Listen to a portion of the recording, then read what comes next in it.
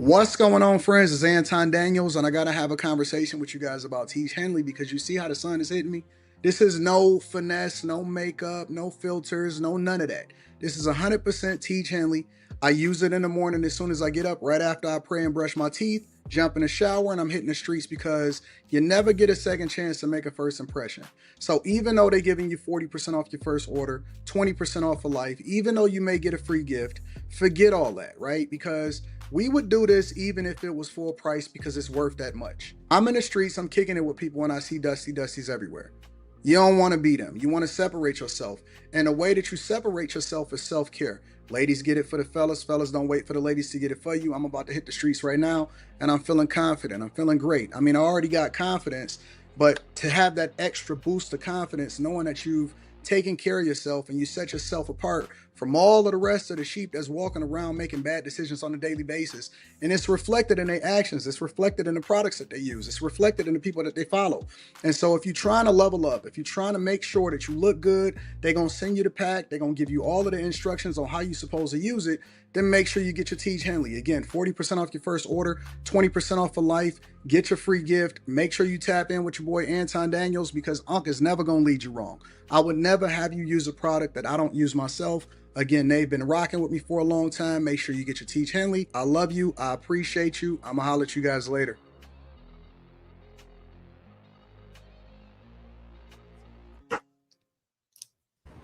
What's going on is Anton from AntonDaniels.com. I appreciate you guys for continuing to rock with me. Thank you for tuning in for another edition of the After Hours Show. I am your host, Anton Daniels, along with all of the beautiful ladies and Slimmy and Q. What's going on, y'all? How y'all feel?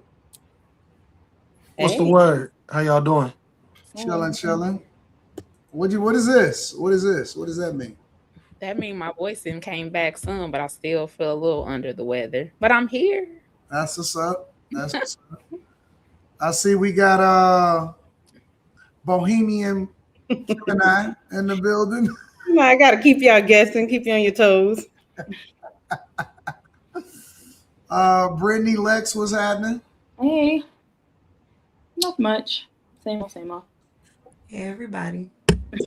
Hey, Lex. You, what's the word? I bought a van. You bought a van? A minivan or a van? Van. 1992. 1992 what? The camper. Turbo Bought a diesel. camper? Why'd you buy a camper? You a murderer? You a serial killer? So I don't have to stay at hotels when I take my bike on the road. Oh, that's not a bad idea.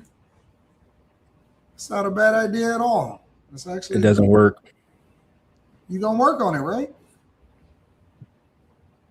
No? All right.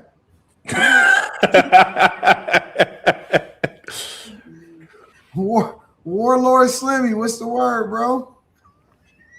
Same old, man. Same old, nothing new. Yeah, he arguing with me about this Verzuz, but it's all good. Oh, perfect segue. Perfect segue. So before we read super chats, Tyrese even admitted. Hold on. Before we get into it,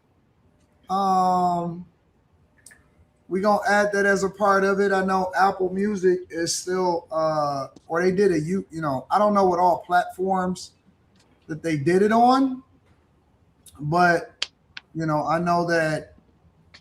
Hold on, let me pull this. I watched it on YouTube. Yeah, I know they had it on YouTube and stuff like that. It's still kind of a conversation that's on right now.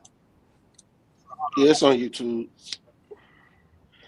Ebro is doing like a breakdown of it with somebody else. I didn't know who that other person was. I didn't really see him. Excuse me? He said Blu-ray. VHS. If you really, they wanted me to do a DAT.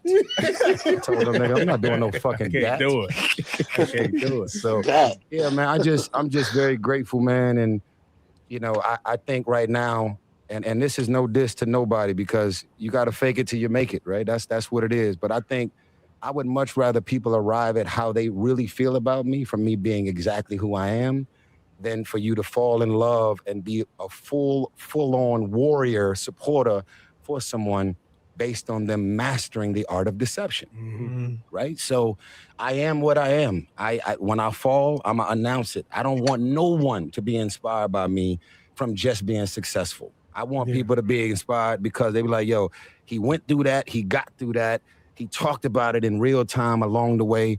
It's you and your girl that want to put up fucking Instagram with filters on it and appear to be perfect. Upload the fucking argument because you just finished arguing right before you took the picture. I know it. It's all right, so that's they got I guess a recap going on right now. Yeah. I know that Miss Sanchez and Slimmy was watching it in real time. What are y'all thoughts? No, it was interesting, man. You know, for a while I felt like Tank was winning because Tyrese vocals, it was kind of shabby. And then I don't know if he left and came back. He did something. That nigga came back with a vengeance, and he was cooking. Who, Tyrese? So, you know, he started going crazy. What I think happened is he went and drank some tea. That's what I really think happened because his vocals sounded really good. But then even you know, some of his notes, you know, he still can't hit them like he used to. But that's cool, man. The dude been singing for like 30 years, so I think it's dope that they was able to do it. They still sounded pretty good overall. Like for people that's been singing for 30 years. Was it impressive? Yeah, it was. And then like I think Tank, he did this impromptu talking about Tyrese's turtleneck. That was just amazing. So you know they got different skill sets. You know what I'm saying? Tank's impromptu and just being able to do runs and just captivate you with just runs about anything randomly. That's pretty impressive, man. So kudos to them, man. They legends. I mean, I feel like they both was tired or something because Tank kept giving the microphone to everybody else to sing but himself. And I feel like that's because he couldn't hit them notes live. It needed to be recorded and he needed to be lip syncing. And Tyrese was a little tired. He had to sit down a couple times. It was real performative. He had to go change clothes 15 times on the verses. But I still feel like he has the better vocals. He does the better runs. He holds the better notes. Just how I feel. I think as far as singing goes, they both kind of at the end of their run. Like as far as like when it comes to like live performance, I still go back and listen to their songs. Like Tank's first album, Force of Nature, is just an absolute classic. It's a top 25 R&B album of all time. I don't think most people even heard it. But yeah, man. Salute to them, man. Like able to do this at 40 years old. That's amazing, man. Because singing is different from rap.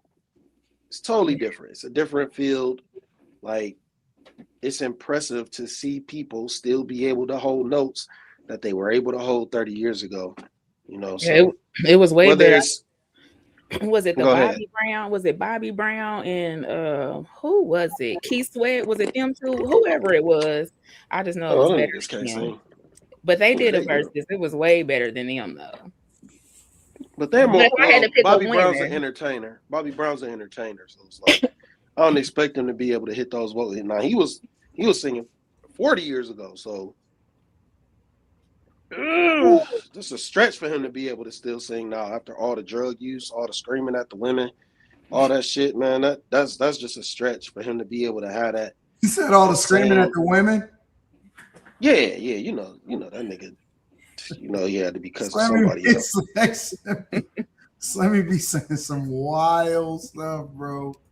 What you mean, man? He was with Whitney for years, man, and you know they was like, they were screaming at each other, man. I mean, that don't affect your ability to sing. Huh? That's not going. Come on, man. You don't think when you use the more and more you use your vocal cords, and in an improper way, it's going to affect how you project.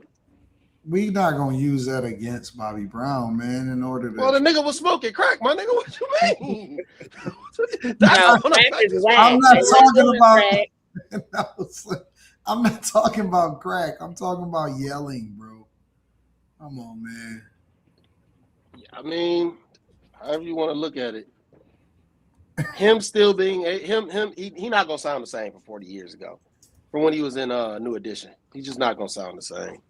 I just seen him in concert. He did way better. He's just out of shape, like bad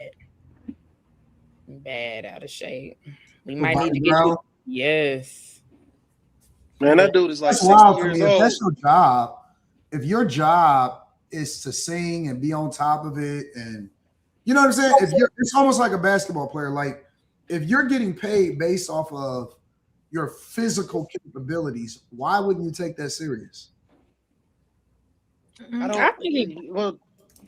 ahead. I think he been through a lot. He lost his daughter. He lost his ex-wife. Then he, like Tim said, he was on drugs, and then he just got big. I don't know if it's because he got that recipe book out and is cooking and stuff, but you didn't know he had a recipe book or some sauces or something he be doing. Bro need to sit down, man. Like he need to just stay, like just do the tours. What is this nigga doing with recipe books? He liked to cook and eat. Clearly, he liked to eat. Get in the bag. Come on, Slim. Don't do that to him, bro. I didn't do nothing to him. He did that to him. No, I'm saying you just said if this young lady is saying that man is out of shape to the point where he can't move and can't sing no more, he can't do the dance steps, he can't keep up. Bro can't have a recipe book, Slimmy. He don't need no recipes. Let that man enjoy some ice cream. Exactly. This is the problem with women. They want to be able to have their snacks and still be able to keep up with who they used to be. No, you got to tone some shit down. Accept that things have changed, but if he was performing when he was young and he couldn't eat all that junk, at some point, let this man just live. You can always go back. No, because he wants to be on tour and he still want to get paid. So you got to do something. You can't be worried about no motherfucking recipes. I picked Tyrese. And you biased. Are you picking Tyrese based off of the verses, or are you picking Tyrese just in general? Just in general. But I feel like Tyrese had, like I said, his vocals are way better. He had better songs. Like Tank got the good bedroom songs. You want to, turn the lights down low and get nasty. Mm-hmm. That's what you put Tank on for. But yeah. Listen, I was being respectful of both of them. Oh, go ahead. Isn't Tank the one that said that he was okay with a man sucking his hand? Yeah. He sure did. He said it ain't gay if you get head from a man. Hey, we talking about the verses. But every time you hear his music, that's what I'm gonna think of now. Cause we talking about the verses. But Slimmy, I text you the same thing. We talk and what I do. I said that had nothing to do with the vocals. I just can't take it. You was holding that against him when his vocals was on point. After Tyrese came out and said, "Damn, I had messed up a few notes." Yeah, Tyrese had fucked up. Okay, at least he admitted that Tank was passing the dang on microphone to everybody else to sing his song. It was a verse. No. Wait. No, Miss Sanchez. Those weren't his songs, though. Those weren't his songs. That one song was his song where that guy got on stage and you text me and was like, "Who was that singing?" No, that was Pleasure P song. Was that the one? I mean, that was Pleasure P song that he was doing. He said Pleasure P couldn't be there. He didn't say what. So he was singing, and that was the dude that wrote the song. Well, why you ask me who it was? I still don't know who he is, man. I don't know that nigga name. Anyway, he was passing the mic too much for me. He was up there to do a verses, not Apollo. Get on stage and show your talent. Sounded terrible, man. Trey Songz sounded terrible. Trey Songz. You didn't see Trey Songz when he was up there? No. Not at all. I missed that. Trey Songz came up there to do the when we remixed. I was probably getting dressed. Oh yeah, you was there for Tyrese. You know what? That's why you can't let women judge stuff like this. They gonna be biased. They don't have no objectivity. I wonder how much they made for this. Oh, I hope at least $100K. Because that stage setup didn't look cheap. Yeah, it was nice. That's the best one I've seen. Fire. That shit was fire, man. Y'all care about verses? Do y'all still care about verses? Not at all. Not like no. Mm-mm. It was like that was good for. It was a COVID thing. Like it was it just made so much sense. It was the feel good, the only feel good thing really that we had to look forward to during COVID. It was just it had a different feel. It's almost like nostalgia, but I don't know. Can you have nostalgia? It wasn't that long ago, but like that's what it feels like. And so it was like the time frame was perfect for it. It was literally a moment in time. Yeah. So y'all basically saying y'all over the verses. I don't think it matters like that much anymore. Because the people who should be doing the verses, they refuse to do it. They're not gonna do it. You know, scary ass Jay-Z, scary ass Kanye, scary ass Drake. Don't start this. Them niggas is scary, man. Them niggas scary, man. Why are they scary, Slimmy? They won't do the verses. They won't do the verses. Like, come on, stop. Wait. You don't think that is some people that's too big for it? Absolutely not. Absolutely not. So they have to do the verses because I didn't say they have to. I said they're being scary about it. Why are they scary? Because they don't want to do a verses. You know why? I don't think that anybody is scary because they choose not to do a verses. So should Beyonce do a verses? No. Beyonce is there's probably she gonna verse. There's probably not a woman in her league. Yeah. It doesn't matter if it's a woman in her league or not. The point that I'm making is, listen to what I'm saying. The point that I'm making is, if it was, or if we name somebody that is in her league, should she do a versus? There's nobody in her league, so it doesn't. Mariah Carey. Yeah. What? Mariah Carey. Somebody said Rihanna. No. Listen, should they do a versus if there's a challenge? Should they do a versus? I'm saying as far as Beyonce goes, there's nobody in her league. She doesn't. I disagree with you. Rihanna. Who's gonna be in her league? Rihanna doesn't have enough work. You crazy. You smoking crack. You're talking about one album. Crack. She don't have nowhere near enough work. You're out of your mind. She don't have enough work. And she don't have enough work. She don't have a vocal. She don't have enough work. Like we talking. Like let's be real now. Rihanna is an entertainer. She's a very fine, entertaining young woman, but she ain't Beyonce in no way, shape, or form. I like Rihanna. Kiki Watts could beat Beyonce. I like Rihanna's songs more. But Beyonce got way too much work. We not gonna do that though. I don't think you realize the Rihanna catalog, bro.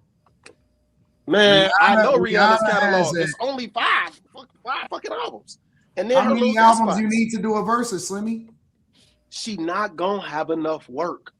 How many albums do you need to do a versus? You only need 20 songs, and she don't have 20 songs like You're crazy. Oh my God. She don't have 20 songs to compete with Beyonce. Are you insane? Rihanna don't have 20 songs to compete with Beyonce. Come on, bro. She don't have 20 songs to compete with Beyonce. God, bro. Right. I think she does have the songs, but I don't line their music up with each other. Like I was just throwing somebody out there to try to get some understanding of why we're requiring for somebody to do a versus not. Slimmy has diverted the conversation into whether or not she has enough songs or not. I was trying to understand why we're putting requirements on men to do versus why he's not saying that Beyonce or somebody else should be required to do the same verses. Pardon me? Do y'all understand what I'm saying? Am I off? Yes. Okay, thank you. I just want to make sure. No. I didn't say anyone had to do a versus. You said they're scared. That people are scared. I said they're scary. They're scary. How do you figure they're scary is what I'm asking. Come on, man. It was so many people who declined versus. Come on, man. Why y'all acting like y'all don't know what I'm talking about? But you don't have to be scary to decline it. You can feel like it's gonna diminish your brain or anything like. There's a number of reasons why you would decline a verse, not because you're scared that you're going to lose. It's not this is some random arbitrary contest anyway. That's what I'm saying. Like, why do we automatically equate somebody being scared to do a versus because they choosing not to do a versus is what I'm saying. I don't agree with that. I think that there are some people that don't look at verses as you know, as big enough for the brand that they have and that they've created. I just don't. I think that there's some people that are bigger than the platform, that's bigger than the program. It's plenty of people. Wait. I don't think it has nothing to do with a Verzuz. I don't think Verzuz got nothing to do with it. It's plenty of people bigger than the platform. That's why you didn't want to say that Beyonce should be required to do it. I didn't say anybody was required to do it. I said there wasn't a woman in her league. Why do you do that? You just missing my words. I never said that. I said there's not a woman that can do beyond. You say what? He's talking about how you were saying that the men were scary. What does that have to do with what I said about Beyonce? You didn't answer the question about Beyonce. You diverted over to saying I said there's nobody in her league. That's I didn't say that those men had to. I didn't say that. But you didn't answer the question. I answered the question. There's nobody in her league. I never said those men had to do the verses. You are mincing words that I never said, and you're trying to form a narrative. Technical? Can we just get down to brass? Well, you got to be technical because I wasn't saying this. I never said the men had to do it. You didn't I said they were scary. Cool. Let's start over. I don't understand. Let's start over and let's be friends. If there's a challenge issued to Mariah Carey from Beyonce and say you don't want to mess with this in the Verzuz. If Mariah Carey turns down the Verzuz, is it because she's scary or is it because she feel like she's bigger than the brand? I don't know. I don't know Mariah Carey. I'll say bigger than the brand. I can't do it, bro. Slammy, you don't know none of these people. You don't know none of these people. We only know them from what we listen to. We don't know none of them. I know that, bro. I know that. Who are the people that are scary though? Like, what are those? Grace to the women versus giving grace to the men. I'm not giving nobody no grace. You tried to formulate something that I wasn't talking about. I was strictly talking about 3 dudes. They not gonna do the verses. You know they're not gonna do it. You know they're not gonna do it, and they can only do it against the 3 of each other. Kanye, Drake, and Jay-Z. They're never gonna do a verses against each other. Who? Kanye, Drake, and Jay-Z. They're never going to do a verses against each other. Why would they waste their time? But is it because they're scary? That's the question. Is it like are they scared to do it against each other, or they just don't want to? You at work, EOS? Nah. Oh, okay. I didn't want your company name to be showing it. You know what I'm saying? Nah, you can't. This ain't even who I work for. Nah, I ain't work. I just wanted to make sure you was good. I didn't want you to be getting doxxed. Yeah, I'm good. I'm all good. Slimmy, did you leave us?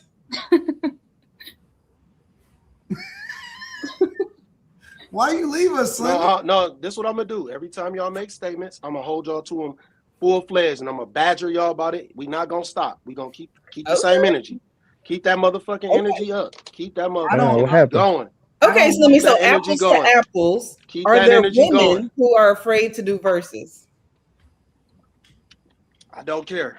I don't care. I was talking about 3 specific artists for a reason. Okay. All right. Like y'all want to switch the narrative and y'all want to talk about women. I wasn't talking about no women. I was talking about 3 specific artists. They're never going to do a versus against each other. That was my whole point. Because they're scared of against each other. Is it because they're scared of each other? Who else would do a versus with? First off, you know Kanye and Drake. They don't get along. They don't get along. No. You already know. So you know that ruled them out. Jay-Z and Drake. Because they're scared of each other. Jay-Z and Drake definitely ain't doing no verses against each other. Jay-Z gonna feel like he too big for Drake. Drake, he ain't gonna try and have him do no shit where he holding it over his head. Jay-Z and Kanye not doing it because they don't get along either. Is it because it's not because they're scary? It's just they just don't want to because they don't get along. I think the word is just the word scary is what threw everybody off. Like I get what you're saying. Everybody's fault. Then I mean, like if you want to take everything so literal, we use colloquialism all the time. You said it. I don't know how. If you don't know, like I don't understand, like how y'all act like y'all don't know what scary mean. Niggas not gonna do that shit. Niggas is not gonna do it. Niggas is not gonna do the verses. You know that what that mean? Them niggas is not doing no verses against each other, dog. Busta Rhymes wouldn't even do a verses against T.I. because he felt like that was beneath him. So what you think Drake and them gonna be doing? But again, I think that my biggest thing is just getting caught up on a scary thing. And I'm like, how are they scary? Because they don't want to do a versus. That's what I was saying. I think it's some people that's bigger than the brand, bro, honestly. Or at least they feel as though they're bigger than the brand, even if we don't. But the niggas I was putting it together, you know what? Y'all got it. That's crazy to say. Niggas is putting it together what? Don't worry about it. Y'all got it. That's crazy, though. That's crazy. What's crazy? That's crazy to say that. What's crazy? You said they were bigger than the brand. Or at least they feel like they are, yeah. But the dudes who put it together boosted plenty of niggas' careers, including Jay-Z. I don't think that any of those people feel like they need their careers boosted at this point in their life, though. We're not talking about boosting their careers. We're talking about people. Never mind. Jesus Christ. Y'all act like y'all don't understand, like, just the simple things of what goes on in the music industry. Like, we all know Timbaland and Swizz Beatz played a pivotal part in Jay-Z becoming who he was. Okay. So how could they be so much bigger than them doing the verses for them? The same way that a lot of people are bigger than just the producers that came up with them. Okay. It's a lot of people that are bigger than the producers that they came up with. How could they be bigger than the dudes who helped build their career to the point where they'd be like, nah, I'm bigger than you? Jay is bigger than Dame, and he helped build his career. I'm not talking about Dame. I'm talking about Timbaland and Swizz Beatz. Still the same. Michael Jackson was bigger than any producer that he ever worked with, including Quincy Jones. Yes, he was. What? Yeah, Flammy. Michael Jackson was bigger than Quincy Jones. Yes. Yes. Wait. In what aspect? What you mean, like stardom? Of course, he's a producer, so stardom is something totally different. But as far as the vastness of Quincy Jones's catalog, Michael Jackson. Is that what you mean? Michael Jackson was bigger in whatever you want to frame it as. I don't care. Do you mean the vastness of catalog? Like, so Quincy Jones touched the catalogs that he touched. You saying Michael Jackson? Yes. Is bigger than all that? Yes. Yes. Am I wrong? No. Eminem is bigger than the producers that he worked with. I didn't cry when Quincy Jones died. I'll just say that. I didn't shed a tear. I didn't even know he died. I bawled my eyes out when Michael Jackson died, though. Yeah, so I don't know what Slimmy is saying. Yes, it's some niggas is bigger than the program. I think they don't want to take no L's. Huh? I think they don't want to take no L's. That's why they don't do it. I mean, that's fair. You could. Maybe they don't. Whatever. But we don't know that. Like, we would still be guessing. We can't just assume that they don't want to do a versus because they scared. I don't think that they. Honestly, I don't think that they give a fuck about a versus. Yeah, I don't think they care, to be honest. It's kind of ghetto. Like, it's just ghetto. It is. It's like the BET Awards almost, but like if they were gonna do it, they should have did it when it first got popping, and now it's just kind of like nobody's thinking about versus for real. That's because the biggest artists don't do it. Yeah. I think about it, bro. We can't put these expectations on them when none of the biggest artists have ever done a versus. Facts. None of them. But then we hold Jay-Z to this standard, or Ye, or whatever, when nobody else has done a versus as big as them or bigger than them. Nobody. So why are they scared? It's like I don't get that part. Who is the biggest versus? Jeezy and Gucci Mane? Because they had real beef. Yeah. Everybody. That was the biggest versus, wasn't it? Mm-hmm. Maybe it could have been. I think Brandy and Monica was up there too. But think about it. Like, that's a big leap from Jay and Gucci, Brandy and Monica to Jay and Kanye. Like that's crazy. Like you gotta get a whole bunch of other people in between there before you ever reach out to a Drake. I want to see Chris Brown and Usher. You can't see that because there's too many other. It's a gap. You got to work your way up, in my opinion. Are they supposed to be going on tour together? Is that like a real thing? Chris Brown and Usher. I keep seeing people saying that they're going on tour. I have no idea. That'll be dope. But I don't think they're doing no verses though. Y'all were right though. You got to try to convince Tyrese and Tank to do a versus. Man, don't call Jay. Don't call Jay. Jay don't even do interviews like that. He don't even drop albums like that. He do it when he want to do when he want to do it, and I think that people need to respect Jay, man. They don't put enough respect on his name. Bias. Jay, are you feeling like what's happening now? It is kind of getting a little corny to me with the whole like him doing the interview and all this other stuff. Now you got all these celebrities coming out speaking up for him out of nowhere. It's starting to look a little, I don't know. It's kind of getting a little weird. Like Swiss Beats coming out speaking on Jay, like that's his I mean, not that they're not friends, but I seen something today where it was saying that Swiss Beats was like talking about how good of a dad Jay-Z is, how he puts people on hold when he's talking to his child. And I'm like, what is this being said for? It's very like scripted. I don't. I think that that's what happens anytime that somebody is about to do a rollout or they're about to drop an album. That when somebody does an interview, everybody talks about it. But because Jay is so polarizing, or he may have people that don't like him or whatever, you're gonna have people that criticize every single thing that he does. So when other artists, we can sit here and have a whole conversation, and we can talk about Ari Lennox all day long. And when Jay get on there, it's like, wait a minute, this is looking crazy. It's scripted. But let me be clear, I've never disliked Jay-Z. Like I don't dislike him. That's the crazy part. Like I've never disliked Jay-Z. Right. I have all his albums. I know all his songs. Like I'm not a Jay-Z hater.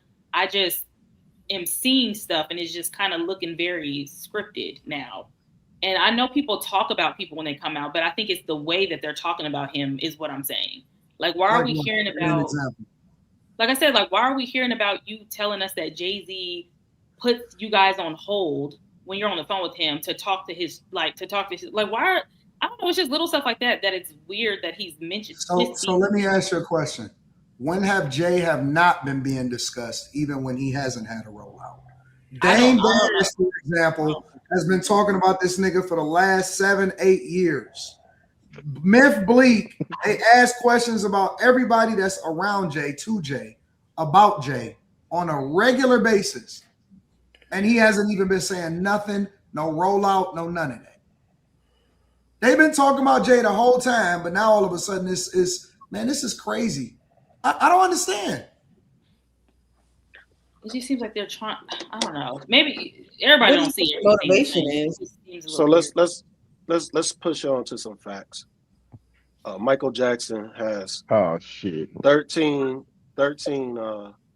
Billboard Hot 100 #1 hits. 9 of those were with Quincy Jones. Quincy Jones has 12. Mm-hmm. Michael Jackson has, I believe, 14 Grammys. He won 8 in one night, which is incredible. Mm-hmm. Quincy Jones has 28. Mm-hmm. So, I don't think it's fair to say that Quincy Jones hasn't touched enough music at all. Like to put Michael Jackson far ahead of Quincy Jones as a producer when he's just got marvelous work. Quincy Jones is incredible. Michael Jackson is the GOAT. Incredible. Michael Jackson is a product of Quincy Jones. You said what? Who he what? I said Michael Jackson is a product of Quincy Jones. Michael Jackson. Then make another one then. Are you dog? Michael Jackson was him when he was a child. Mm-hmm. Absolutely. But as Michael a grown Jackson man, was him after he stopped as working a grown with man, as a grown man, when he separated himself, who'd he turn to? Who was he laying on the grass with? Huh? That's the person that he worked. don't understand. Quincy Jones. Please pause. Listen, when Michael Jackson, I said that on purpose because Michael Jackson said that. Michael Jackson said that in the interview. When Michael Jackson, Thriller, he said we laid on the grass together and looked at the sky. Michael Jackson, listen, bro. Michael Jackson was beyond anybody. His family, his dad, Quincy Jones. As far as entertainment, yes, absolutely. He wasn't beyond bigger than the being in the studio with Quincy Jones. Absolutely not. He's absolutely bigger than He wasn't beyond being in the studio with Quincy Jones. What are you talking about, Anton? Slimmy. I'm sorry. Where's another Michael Jackson? That's why Quincy Jones can't produce another one. Quincy he never Jones did. He obviously he did because he got 28 Grammys. He got double. He never produced another Michael Jackson. Slim, what are you talking about? He never made another Michael Jackson. How many of those Grammys came with Mike? Michael Jackson. What you mean? How many of his 28 came with Mike? Half of them. Michael got 14. Well, I mean, I say that. Doesn't matter. It doesn't matter about accolades or awards. Nigga, Michael Jackson was like, I'm not talking about stardom. I'm not talking about stardom. He was bigger about stardom. He's bigger than the program, bro. Stardom. He was too big for anything. Yes, he is. No, he's not. He still is. He's not. He's like God status. He is. He Y'all still go is. ahead and worship these people. They're making a movie about him with his nephew. They're not making a movie about Quincy Jones. Quincy Jones is in the movie. When I go, Michael Jackson's movie. He's in Michael Jackson's movie. He's a pivotal movie. When I go to Las Vegas, I can guarantee I'm gonna see a nigga on the strip going, Chona. Yes. And in LA. What is wait, why when I go to Hollywood, you're still talking about wait, Slim. No, you're talking about stardom.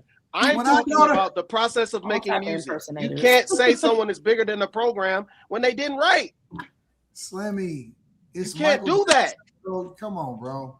You can't do that. You can't say someone's bigger than the program. That's like saying that Quincy Jones could sing. Was he a singer? Like you're comparing like their talents, but at the same, like I'm not comparing their talents. Nobody's saying that Quincy Jones isn't like phenomenal, but it's just like he's Michael Jackson. You know what I'm saying? Like Michael Jackson. No, you're missing the point. You still talking about stardom. You can't say someone is bigger than the program when they had to rely on someone else. What? Why not? They rely on each other. What? What you mean? What you mean? What? Are you crazy right now? So you telling me Quincy Jones wasn't essential in Michael Jackson's career as a solo artist? That's not what we said. So what are you saying? So what are you implying when I said he has to rely on someone else? He didn't write songs. He didn't produce. So he had to rely on someone else. He was a vocalist and an entertainer and a dancer. Michael Jackson wrote songs, didn't he? You know what? I'm laughing now. He still relied on other writers. I'm always up for a good debate, Slim, but you're not even in the room right now, bro. Oh, I'm absolutely in the room. I proved Sometimes they don't even have time to write their own stuff. They're so busy. You can't use that as an excuse. You cannot use that. That's absolutely no excuses. People that write songs all the time. But they're not Michael Jackson. But you can't say someone's bigger than the program. You can't say someone's bigger than the program when somebody helped them with their career. You can't do that. You could say that about Drake. He bigger than his ghostwriter. No. But Drake is a ghostwriter too, though. He also writes. Hold on, wait. They're dropping on music. He's way bigger than Quentin dude, and they sound the same when they rap. Last time that nigga dropped some music, it was with a whole nother artist. Molly, you are absolutely correct. And Drake She's absolutely wrong. Regardless of whether you like it. Absolutely wrong. Hold on, wait. Drake regularly gives credit to Lil Wayne. Even when he changes profile picture on Instagram, it's always Lil Wayne. He always pay homage to Wayne for being there and helping him get his career popping off and being an instrumental role and influencing him in everything that he do from a musical perspective. For signing him, for being there for him the whole 9 yards. There's nobody that would say that Drake is not bigger than Cash Money, than Wayne, than everybody that he came up with, than Young Money, than the whole 9 yards. Some people disagree about Wayne. Some people grow to be bigger than the pro. Rihanna is bigger than Def Jam, bro. Even though Jay and Def Jam and all of these people in Rock Nation managed her, Rihanna is bigger than the program, bro. Like, it's some people that outgrow who helped them in the beginning or throughout their career. They outgrow whatever their circumstances are, and they bigger than the program. It just is what it is, bro. Kendrick is bigger than Dre, and he bigger than Top Dog. He's bigger than all of that. No, he's not. Dre? He doesn't need them. He's not bigger than Dr. Dre. Come on, man. He's bigger than, bro. He's bigger than that. Than the instrumental way in which they influenced and impacted him coming up. He's bigger. He doesn't need them. When he goes on tour, he don't need Dre's name. He don't need any of that. He don't need Dre to produce for him. He don't need none of that. He can work with him. He don't need him, bro. It's just the truth. He's bigger than the program, Slimmy. That's what I've been saying the whole time.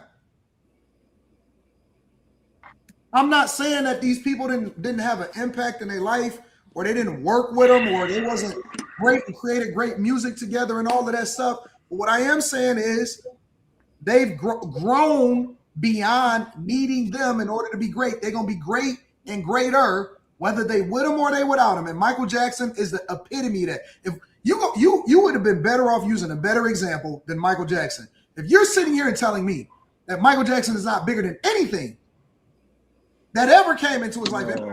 Oh my God, man. Bro, Michael Jackson. You still talking about Michael Jackson, nigga.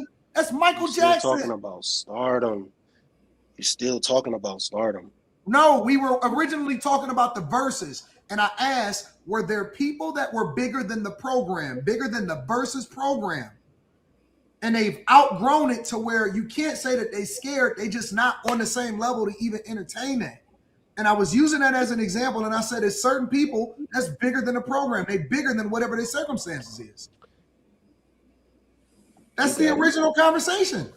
Oh, I know I won this one.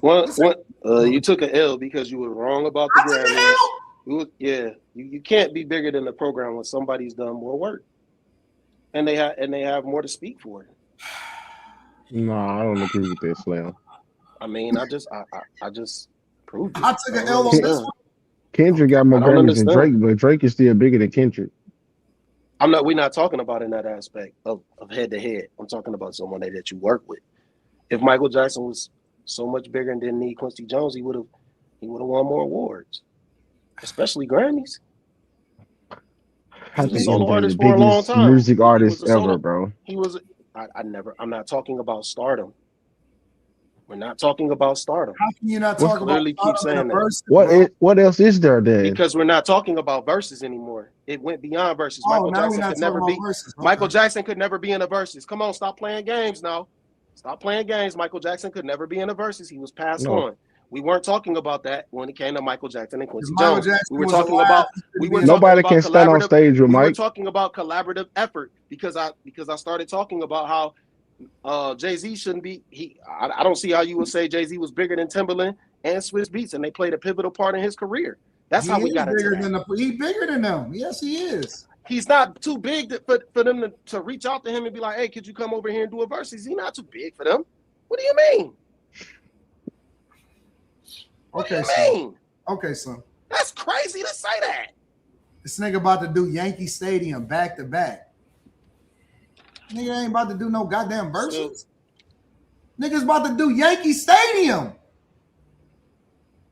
by himself. No co-headliner selling that bitch out. Already sold out the minute that the tickets drop. Nigga, you got it, man. This shit is ridiculous. What do you mean? This shit is ridiculous, man. I don't see how you can compare stardom with producers anyways, though. So I wasn't comparing stardom with producers. I never was talking. The discussion was never about stardom.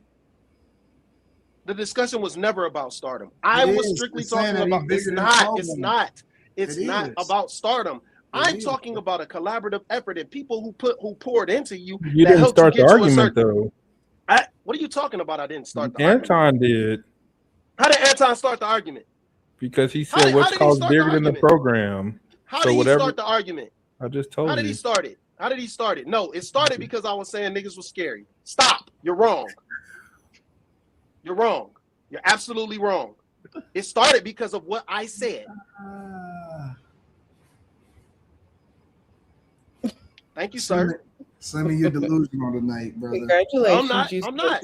I'm not. I'm talking about collaborative effort. Y'all want to make it about stardom because you want to diminish what I'm saying. You're moving the goalposts because you don't want I'm not moving the goalposts. I can't move the goalposts on what my statement is about what I'm talking about. You don't want to I can't move the goalposts on my original statement. You don't want to take that L, Slimmy. Hold that L. No, it's not about an L. You can't tell me I'm moving the goalposts on what I said. It was never about stardom. I was never talking about stardom. Right. Ever. Okay. Slimmy, I just want to say, remember that super chat you sent about who's going to crash out first? It looks like... I was going to say it's not a crash out. It's not a crash out. Just because somebody don't agree with you, it's not a crash. It's nowhere near. I'm just saying. The thirst. It wasn't the Mexican. The thirst. It wasn't nobody. It ain't nobody. Right. Wait, the night is still young. Already the warm up. I don't think that Slim crashed out. I just think that he's leading the pack and over under right now. So you know. Shout out to my dog Slimmy. He's wrong. But I respect him standing on business when it comes to keep the same energy. Keep the same energy. What energy, Slimmy? No, you know what energy. You can't say no statements about nothing that nobody like. Yep. What do you mean? Same energy. Come on now. You know why because I was talking about your boy, you got offended. I got offended at what? Two of your boys. How did I get offended? Come on, man. How did I get offended? If I would have been talking about Talib Kweli, you would have never cared. Talib Kweli is not Drake and Jay. My point is, you wouldn't have cared. Why were you gonna say Talib Kweli? If I would have said Talib Kweli was scary doing a versus, you wouldn't have said nothing. What? But because I said Drake and Jay, come on, man. So now you don't understand what I'm saying? I don't. Honest to God. How don't you understand it? It's clear as crystal. So if I would have said Sci-Hi, was scary doing the verses. It's the what same do you mean thing. Same thing? It doesn't matter. It's just a different artist. I had a Prince. It doesn't matter who the artist is. You wouldn't have cared. You only cared because I was talking about Jay-Z or Drake. No, Slim. No, exactly. Stop, man. If I would have said Dr. Dre, you wouldn't have cared. If I would have said The Game, you wouldn't have cared. You wouldn't have cared. But because I said Jay-Z or Drake, that's why you was like, oh, no. What you mean? Come on now. Slimmy, no, listen. Let me explain it. My argument is the same as it was. There's some people that are bigger than the program. I'm not sure that Sci-Hi or Talib Kweli is even big enough to be on the program. So, oh my God, I love them as artists. Let me explain. Great. I love them as artists, but that is a bad example to use when we're talking about people being scared or people being bigger than the program. The program will be doing them a benefit to have them on there. These people, Drake, Kendrick, Jay, Wayne, none of them benefit from the verses. They doing the verses a favor to be on the program. You're missing the point. So it's a different qualification for why I'm not talking about or they shouldn't accept. We know most people do shows and shit like that so that they can get a boost or they get visibility or whatever. Some people don't need that. And so to compare a Talib or a Sci-Hi to a Drake and a Jay is insane. Who's comparing them? You use them as an example. No, I didn't. I literally said if I would have said any other artist, you wouldn't have cared. And then I used them as an example. If I would have said any other artist, you wouldn't have cared. And then And then you wouldn't have cared. You wouldn't have cared. I would not have cared. I think that there's people that's bigger than the program. I cited multiple different people. No. We're not talking about being bigger than the program. We're talking about, you got it, man. You know you got a thing for Jay and Drake. Pause. You know those two of your favorite artists. They are, but they don't have nothing to do with the argument. Anton. Even if I would have said, I know that some random backpack rapper in Ohio is. Even if I would have said Kanye, I don't mean nothing. Even if I would have said Kanye, you wouldn't have cared about the statement. I'm gonna keep it on it. No, I wouldn't. I would have had to say. No, you wouldn't have. No, you wouldn't have. Kanye is too big for that program, bro. The nigga just came from Hong Kong. He did shows in China. You wouldn't have cared. You wouldn't have cared. He just did shows in China. You wouldn't have cared. You wouldn't have cared though. How is Kanye not bigger than the program, bro? You wouldn't have cared if I would. Stop using that.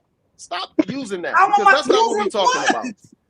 That's not what we're talking about. I don't even like talking to you off camera. Because I feel like I'm arguing against a ghost. This is I am a ghost. This is a disadvantage. No, it's not. I cited Michael Jackson as an example. And I said he needed help to get to where he was at. And I proved it. And then I proved it. Oh my God. And then I proved it. Slim dog. But the point is, I wouldn't have struck a nerve if I would have just said Kanye or Lil Wayne. What do you mean? You wouldn't have cared. You wouldn't have cared. I mean, it's one of my favorite all time. You wouldn't have cared about my I absolutely would have cared. I love Wayne. If I would have said Busta Rhymes, you wouldn't have cared. Busta Rhymes not bigger than the program. He absolutely. Busta Rhymes is not bigger than the program. He got records, dog. He got records. Busta Rhymes is not bigger than the program, bro. There's very few artists that will go up against Busta Rhymes. It doesn't matter. He's not bigger than the program. There's some people that are mega stars, and then there are other people that are just stars, or they great at what it is that they do, and they got great records. Busta is not one of the people that's bigger than the program. We're not talking about being bigger than the program. You wouldn't have cared if I would have said Busta Rhymes. All right, man. It's a bad. Busta was just opening up for Missy. I went and seen him seen it at the Little Caesars Arena. Timberland was the opener, right? Busta Rhymes came on shortly after that. Put your hands where my eyes can see. I'm keeping it 100%. Bad faith argument. Sierra Bad came faith out argument. Anton gonna move the goalposts every time. And then Missy Elliott came out and shut that shit down. And honestly, I think that Busta Rhymes was the most entertaining person in the show. However, he's not bigger than the program.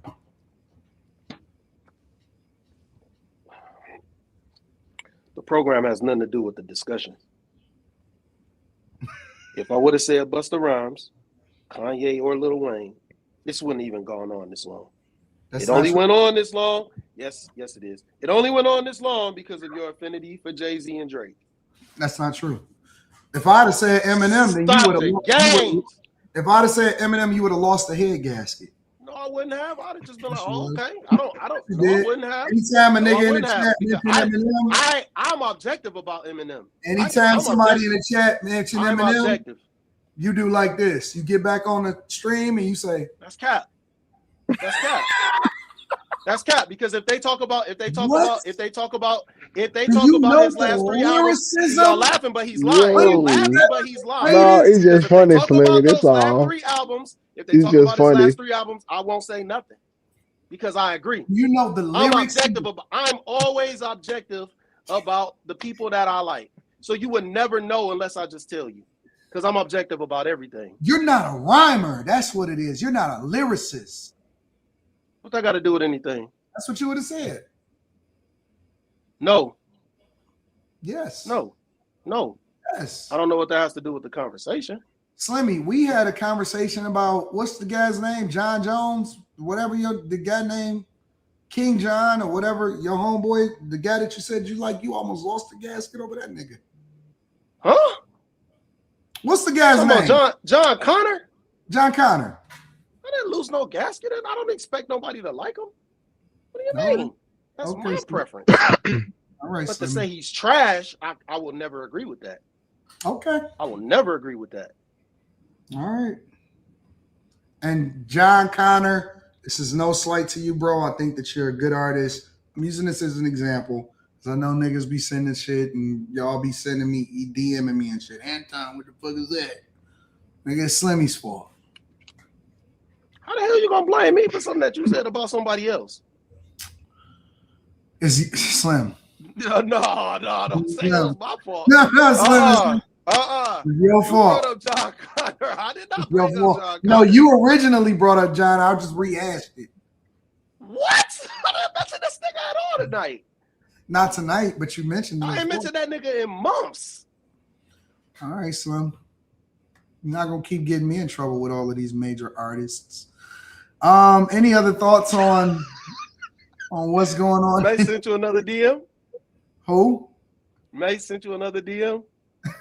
No, me and Mason's cool. Mason's good people.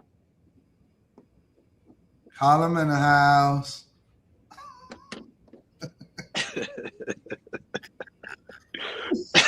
No, it's Harlem on the rise. Yeah, Harlem on the rise. This guy. I don't have no problems with M. Betha.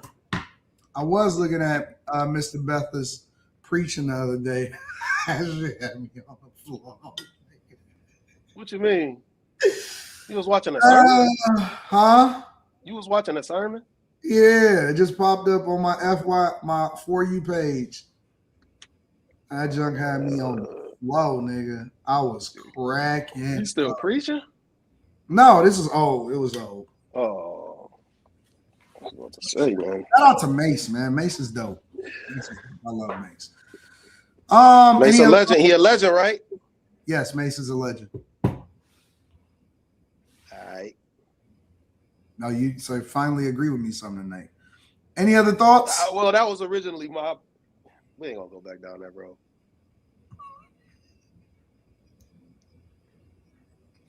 Nobody? All right, cool. Do we all collectively agree that Slimmy had bad takes that last segment? We do. Okay, cool. Let me go ahead and read super chats. Spacer says master manipulator. I don't know who the master manipulator is. I don't know who Rose is. I don't know who Mexican. Who is Mexican? Me. Sanchez. You the manipulator. Rose is Molly. I'm supposed to be the Mexican. The air waitress is Kim. Elmo is Some Slim. people tip their waitresses. Well, you did post a knuckle full of dollars. I did. Do y'all accept tips, financial tips? I always say no, but people find a way to give it to you anyway. Okay. So I know who Dolphin is. Okay, I got it. We all know who that is. Shout out to Spaces. Equal Opportunity Smoke says, shout out to the gang tonight. Much love. My dog EOS on the panel. Jay, the Humble Key says, sex, love, and pain. Daddy and the Caddy says, baby maker, Mount Rushmore, Tank Joe, Kelly, and Trey. Man, I don't know about that shit. Baby maker is crazy. Oh, nigga, you ain't even got man, you missing so many people. I'm not doing that shit. You ain't got Jodeci up there. I mean, he was cool with 3 of them.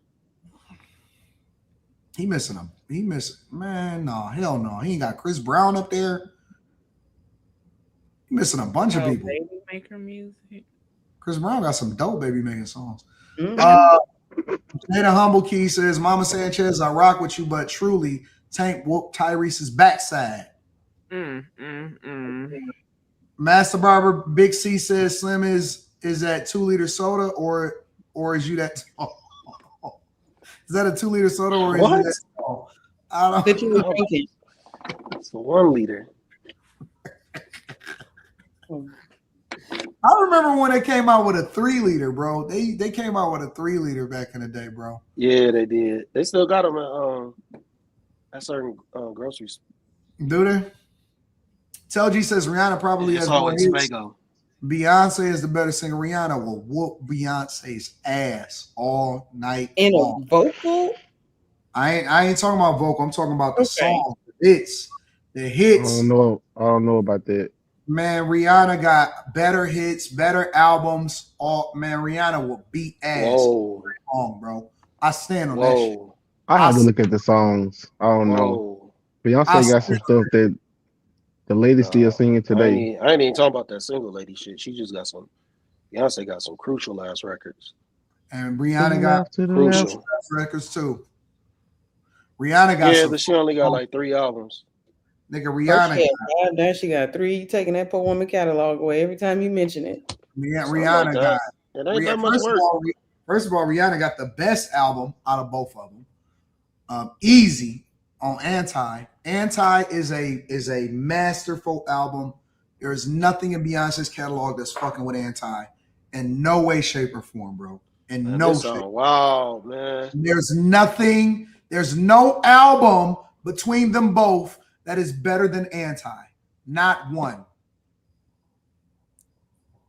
Not one. I don't know. You can play that album from front to back. That album is a classic.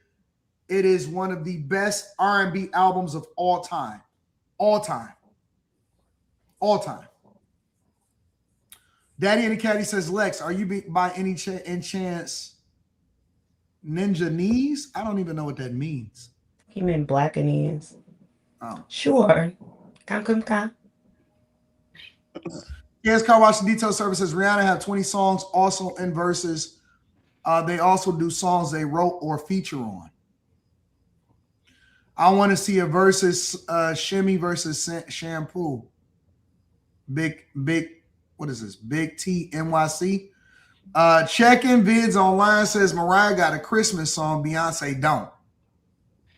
I'm tired of this song. TS Car Wash and Detail Services. Mariah can't see live. I saw her twice. Some R&B people want to do it because they can't see live. Mariah absolutely can't sing live, and I've seen her more than once also. Checking vids online says I don't think Verzuz can afford to pay Jay-Z. I don't either.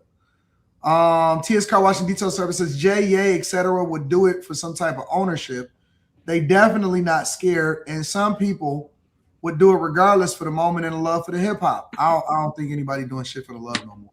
Rest in peace, Quincy says TS Car Wash and Detail Service. TS Car Wash and Detail Service says a Verzuz is ghetto. Y'all heads is fried. Right Path Good says a Slimmy, Miss Sanchez, and Anton. You have to watch the New Faces of Death trailer. I'm not watching that shit. Yeah, that looks good. I'm not doing it. TS Car Wash and Detail Service says Snoop and DMX was my favorite one. Rest in peace, DMX. Says Slim, you off on Rihanna. TS Car Wash and Detail Services, the Locks and Dipset was dope. That might have been the best one. Jada Kids killed them folks. Yeah, Locks destroyed them. Checking Biz Online says Jay is a billionaire. He different. Can you include features doing the verses? I don't think they need to. When you get to a certain level, I don't think you need to do features. Charles Mack says, don't forget Quincy Jones produced Thriller along with songwriter and Heatwave member Rod Temperton. TS Car Wash and Detail Services, Brittany head fried. Jay is in the algorithm, so people who know him personally going to say things like that. Brittany, stop it. It's not that deep. Cool V says MJ is a bigger star than Quincy Jones, regardless of awards. TS Car Wash and Detail Services, Prince owned everything. Just leave this here. Cool V says Jordan and Michael Jackson over Phil Jackson and Quincy Jones. That's a fact. Get in here, Michael Jackson. Get in here says Michael Jackson did it all, Slimmy. His media ENT says Michael Jackson wrote and composed over 150 songs in his career. 180 unreleased. Slim hate is always on 1,000. I can't. What? Do y'all niggas know what hate mean? Do you dumb motherfuckers really know what the word mean? Like, because somebody has a disagreement, I automatically hate. Y'all be on some real life, like, glazing type shit, bruh. It's not hate because I love Michael Jackson. It's a debate. It's a debate.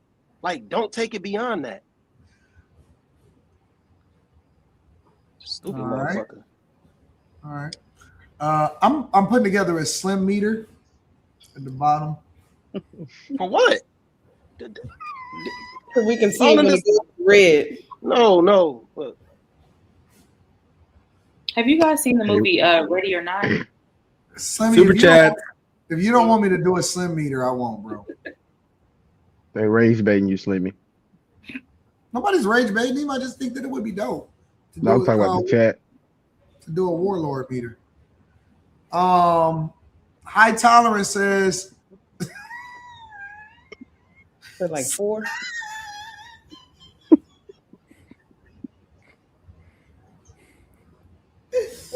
I don't know why Slim gets so offended, man.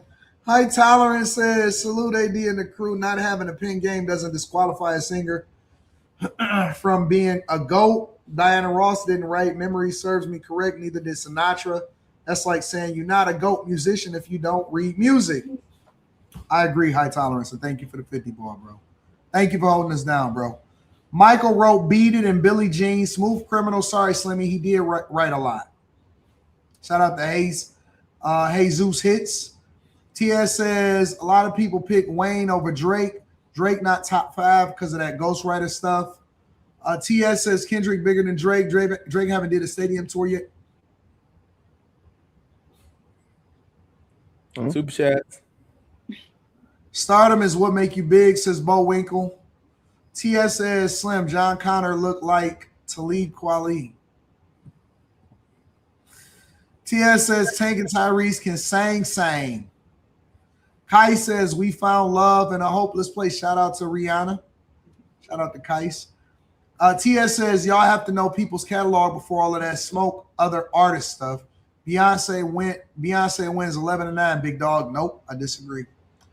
Cool says I seen a preview of you and Stephen A. interview coming out tomorrow. Anton, keep it up, big dog. Seen a preview? Where'd you see a preview at? Tell me where you seen a preview. Hold on, let me see something. Is there a preview?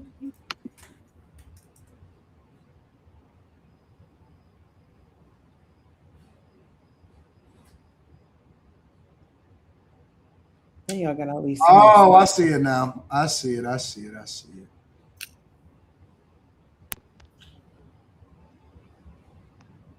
No, I'm just answering your question about me. Okay, Stephen. Sure. So let me push back at you a little bit. Hold on. We ain't got to argue. Me and you align with that. However, I thought I like you had to bring up the pistol. You got to do that to me, bro. I think you're a Republican. Really?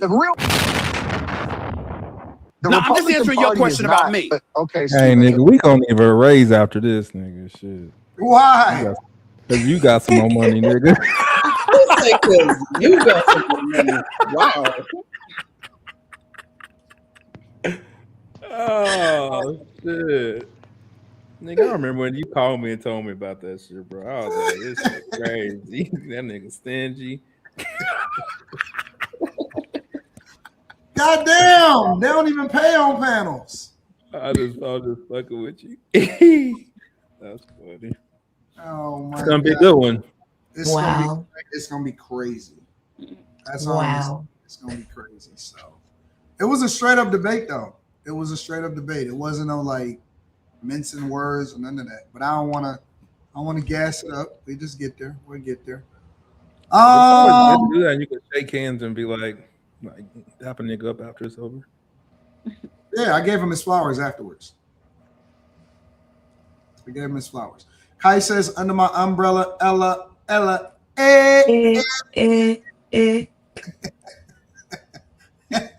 Right Path Good says Lexus, shy all day. It's Chi-Chi and I'm Boma all day. Chi-Chi? I thought it was shy. No, it's Chi-Chi.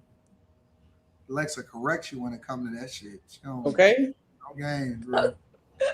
Slimmy hating with the ramen noodle ass shirt says Ron Dave. Lex say that Chinese thing again. I'm bricked up. You wild, bro. Wild nigga. I think you're gonna have to be more than $2 super chat to get that out of it. His media ENT says, Slim, if I'm a glazer, you Joe Frazier. Debate facts, not feelings. Michael Rowe. Hardcore News says, what up? First live I watched in 5 weeks. Just got back from working in the Middle East. Getting to enjoy Tampa and SAP Florida for the next few weeks. Salute. Shout out to Hardcore News. Salute to you, big dog. Anton who sings "Boy, Boss Up and Get This Money."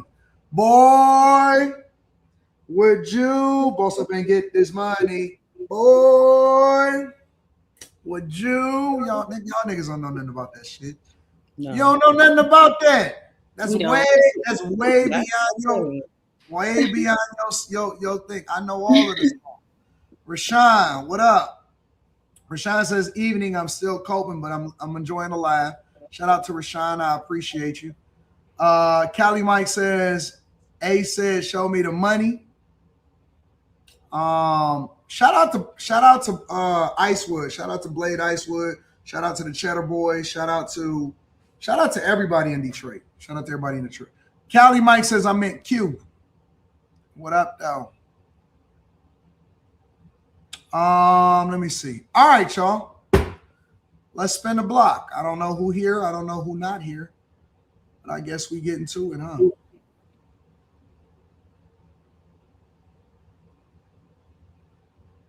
All right, let's get to it. Let me see. Oh, here we go. All right, let me back up for a minute. That shit sounded like Super Thug. Nah, it's the Cheddar Boys, man. Cheddar Boys, all of them. No. You know how it was the production. You know how whatchamacallit used to sound. Not NERD, but what the fuck they used to call themselves? Who?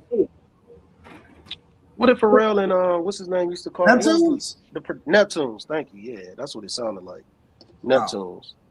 Yeah. All right, y'all. Let's get into these are the tales, the freaky tales. These are the tales that I tell so well. You don't like my dirty raps, you can go to hell. It's too short over here slinging cocktails. But I do feel like men should be some type of support. That's the message I be trying to get through. I feel like sometimes men, and I say this a lot because and that's why I be like, I want a man with $100 million. A lot of men just see a pretty face, see a pretty body, and for them it's like, this is another bitch on my roster. Like they be building rosters. Like a lot of men are mature in mind, and you have to be, as a woman, you gotta know what you want. In life, you gotta know what you want. I know what I want. So if I know that we're gonna have sex, we gonna have sex. But you have to do something for me, and it's not prostitution. It's just I'm a woman. Like you gotta add value to me, and sometimes I gotta leave this situationship with something. Because if not, we fuck when we in our teens. That's something you do in your 20s. I'm 30 now. No, I listen. All right, she 30 now. Young Miami on expecting to be paid while in a relationship. Ladies and gentlemen, I would love to get y'all thoughts on this. What do y'all think? It's a lot of tight faces on the platform. It's a lot of tight faces on the platform. Oh, y'all want to talk now? Y'all want to go back to Jay-Z? She a prostitute. You think she's a prostitute? You think that's prostitution? Yes. Interesting. Why would you think that she's a prostitute? She literally just described prostitution. If we have sex, I gotta get something from it. That's prostitution. And she's talking about money. So it's like it's prostitution. I don't see any other way to frame it. Yeah, because sex is an even exchange, technically. So if she only brought up sex, you shouldn't get paid for that unless you are a prostitute. But I mean, in a relationship, you give and take in other ways. I don't know why she just mentioned money. But if that's what she's saying that she wants, then for sex, then yeah, that's prostitution. Well, I didn't take it that way because she said she wanted to leave a relationship or a situationship with something. To me, maybe she said it wrong, but it sounded like she was like, if I'm gonna be dealing with you, we not about to be laid up fucking all day like we kids. Like, I need somebody that's doing something with themselves like I'm doing with myself. Like, so if I lose something or, this relationship don't work, I'm not just in here investing my time and walking away with nothing. And sound true to why am I gonna be with you and you can't even do anything? Why would you be with me if I can't do anything? Okay, It there we just go. goes both ways. So I mean, I get what she's trying to say, but she kind of said it a little crazy that made it sound like, you know, give me something for sex, but I don't think that's what she truly meant when I watched the whole interview. Yeah, you said it better than she did, because I thought she was talking about and because of her background, I thought she was just talking about like, I need money if you gonna sleep with me. But if she's saying like leaving a relationship with something, like I said, there's give and take in a relationship in general. So it could be, you know, you providing different things as far as like love or time or something like that in a relationship, but just money, I don't. Yeah.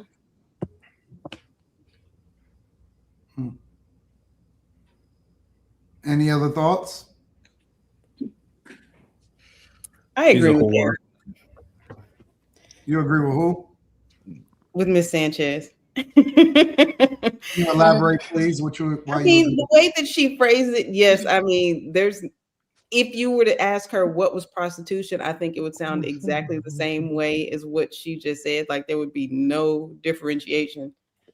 So you could have spliced out his question with what is prostitution, and literally her answer would have been the same. But with that said, I don't think that anybody here would advise their daughter to go be with a man and go lay up with a man who couldn't do anything for them.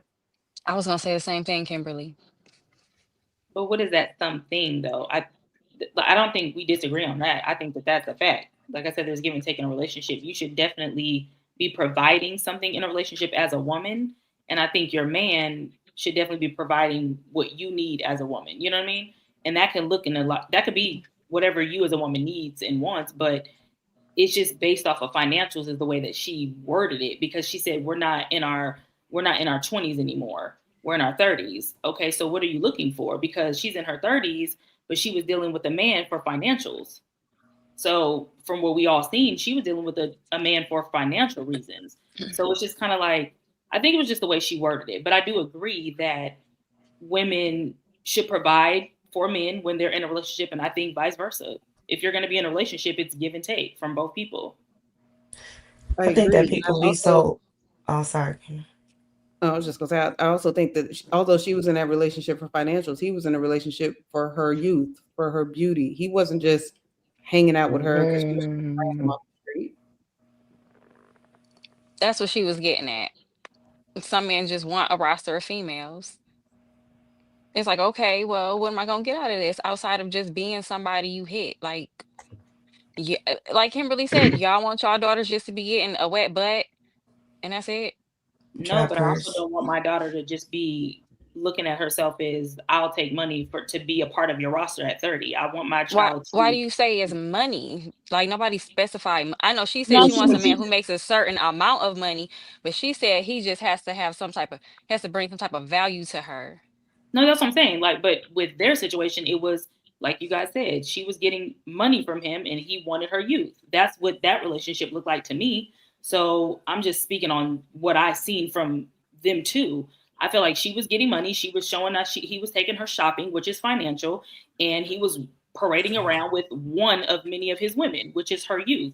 So at 30, I would want my daughter to be settled down and hopefully married by 30, not being a part of a man's roster because he has money. That's what I would want for my child. Well, she spoke on that relationship with Puff Daddy, and she said that she gained not just financial for him, but how to do business. She learned how to make more money in the industry. She learned a lot from him to make, you know what I'm saying? And she got her show, her podcast from him. So when she's saying add value to her life, that's what she means, things like that. Like he basically uplifted her and made her a better person, put her in chairs that she wouldn't have been able to sit in without him. So it's not just about the financial part of it. She did say that in the interview.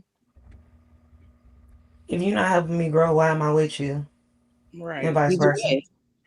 Either way. What are we doing? We passed the. I think that in your 20s, you rooted all in just the love part, and then you know what I'm saying. When you older, you pass that. You loving on yourself, and that hopefully that person loves on themselves. You trying to figure out like, hey, how well do you got your life together? Okay, what values do you hold?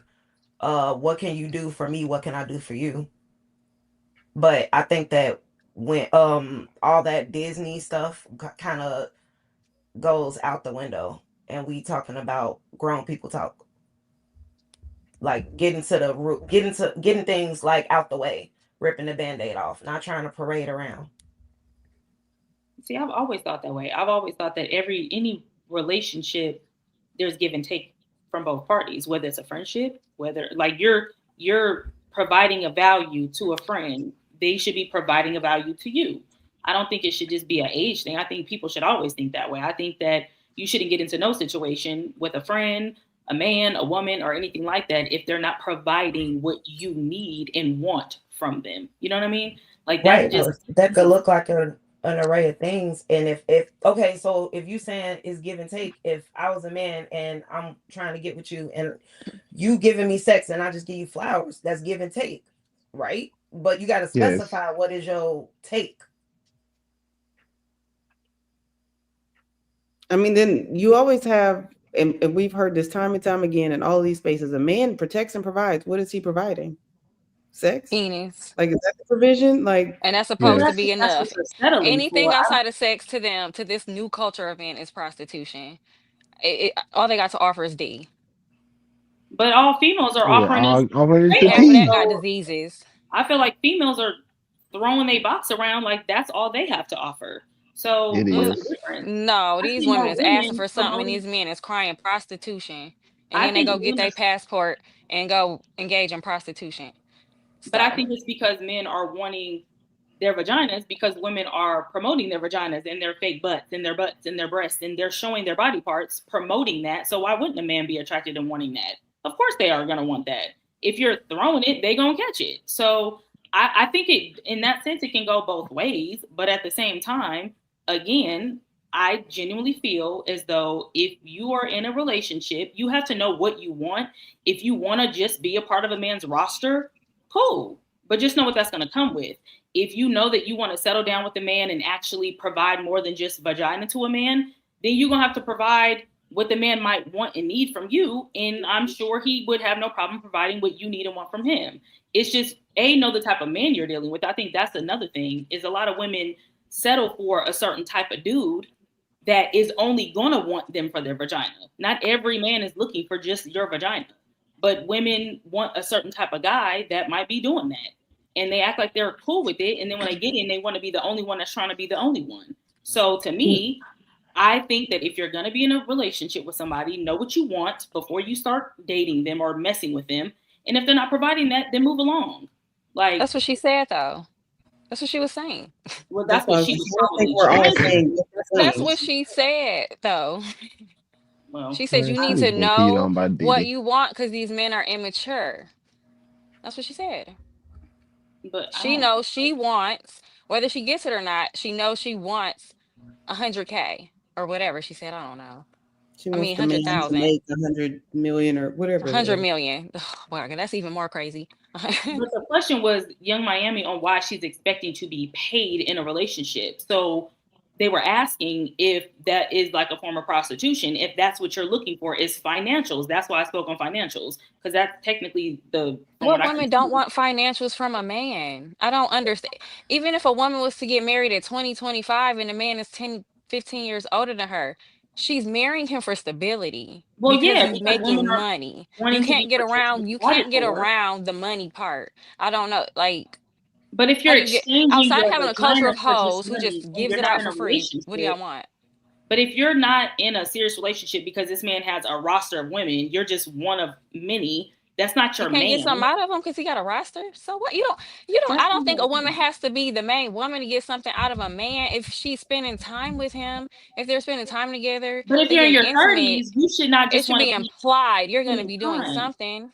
Like if you're a grown woman, you should be expecting something. I wouldn't want to just be spending time with a man that's not my man at 30. She brought up age. We talking about how men are immature. That sounds like the woman is immature. If maybe she's not a relationship type of person. Some of these women probably not the whole settle down wifey type. Like maybe they like a relationship and when it's over, move on to the next. Some women are just like that. I'm pretty sure women like her are just like that. Otherwise, she probably could have been married by now. She's beautiful. I just feel like bringing up an age then shouldn't matter. Why mention that you're 30? If you're gonna say that I'm 30 and it's time to put my big girl panties on, basically at 30, why are you just still out here just trying to date multiple dudes? And why are you still out here just talking about I'm just gonna accept money for some of my time? Why are you wasting your time just giving dudes your time for some box like that?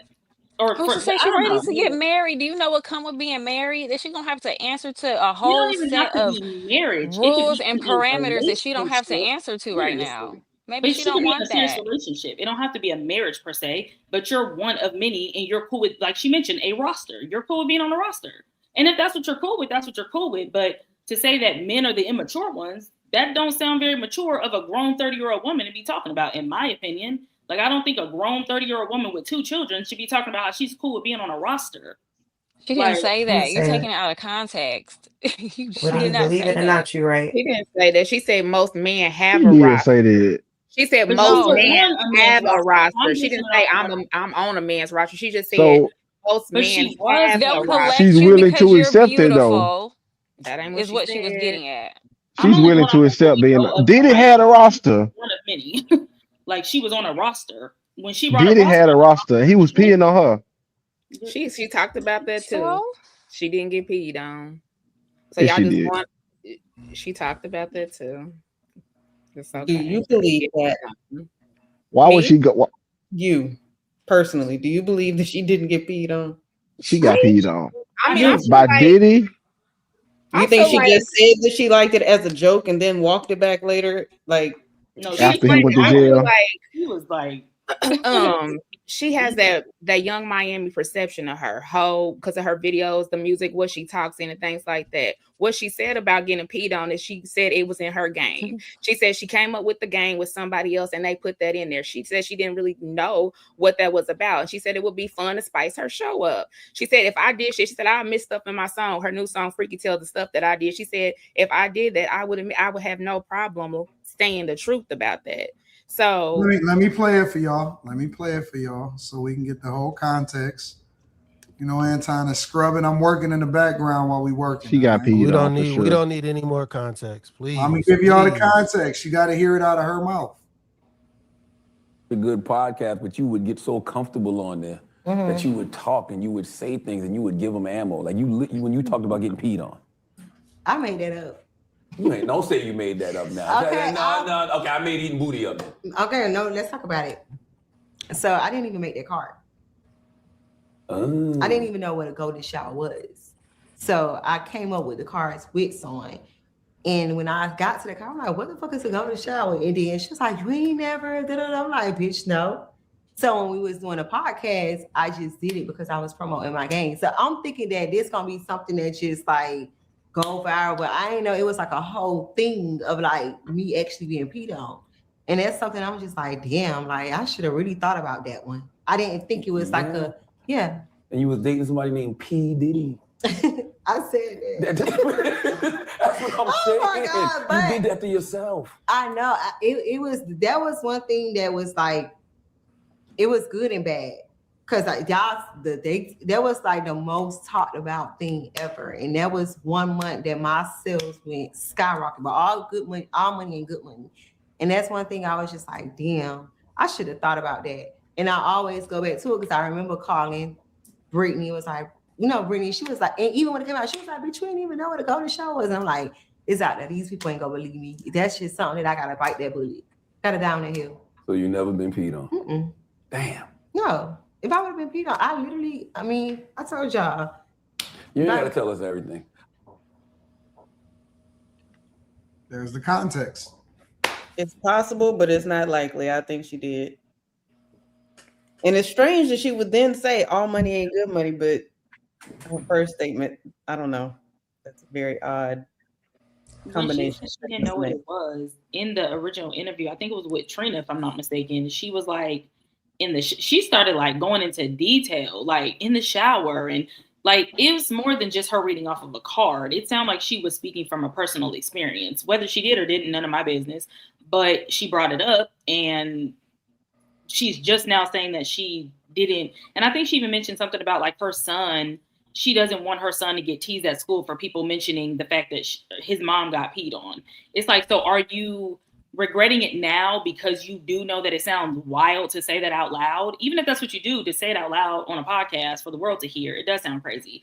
And you do have kids. So now that your son is older and he could possibly be getting teased, is that why you're walking it back? Again, she can say that now that she made it up. Personally, I don't believe her, but I wasn't there. So, but I don't believe that. And she mentioned also in that same interview when she was talking about getting peed on, she mentioned being a hoe. So was that fabricated as well? So I don't know.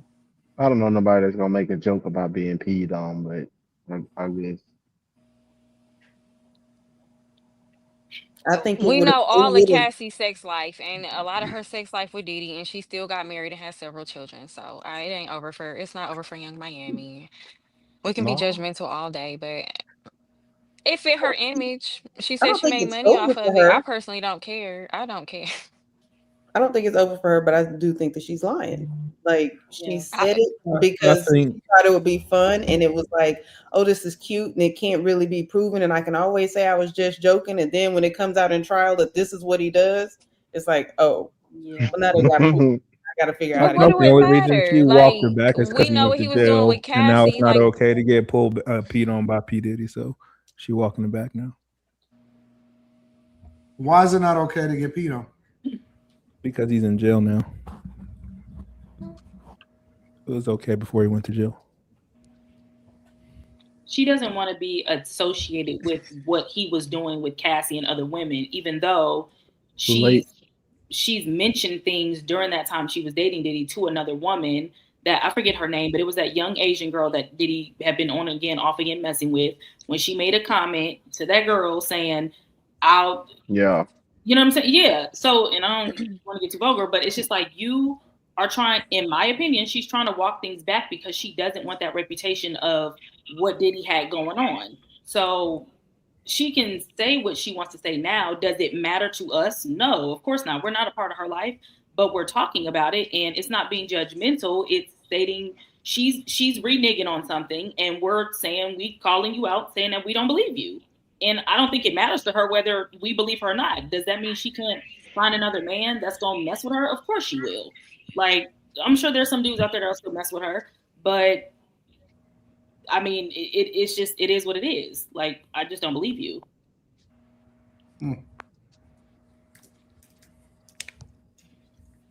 Is that the bar for women to be messed with?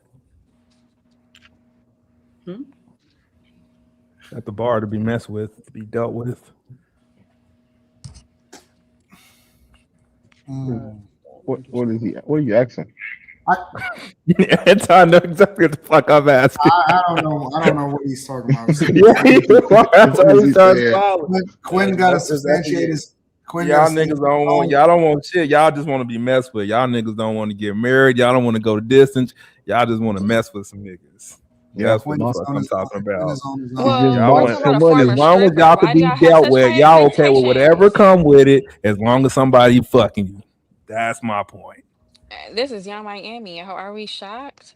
It's not like we She's talk a about a whore. church She's girl. a ghetto whore that can't articulate herself. Okay, so personally, I don't care if she got peed on because I'm pretty sure she probably did. Like, so what? If she want to lie about it, so what? You got the authority to ban people. Okay. I'm not sure that there's a woman on earth that has been sexually active that has not probably done some diabolical stuff. If you want to unpack a sexual activity, you know what I'm saying? Like, that's what I'm trying to understand. Like, I don't really know. Like, chicks do all kind of stuff. They swallow, they do all of that shit. They do everything. What the fuck we talking about? We talking about her walking it back. What she said. Yeah, we talking about the lie. I think you guys are thinking that we care. So y'all mad at her for thinking that? No, not mad. Nobody's mad. No. Okay. Nobody's mad at her. No, and we don't care what you do in your bedroom. It's the lie part of it. Here in Detroit, it is 12:30 at night. It is going on 1 o'clock. Don't hold me accountable for misquoting you or anything, right? Let's just assume that, you know, I'm speaking whatever. You know what I'm saying? The point is that what are we holding her accountable for? Like, what are we saying that she's done wrong? Lying.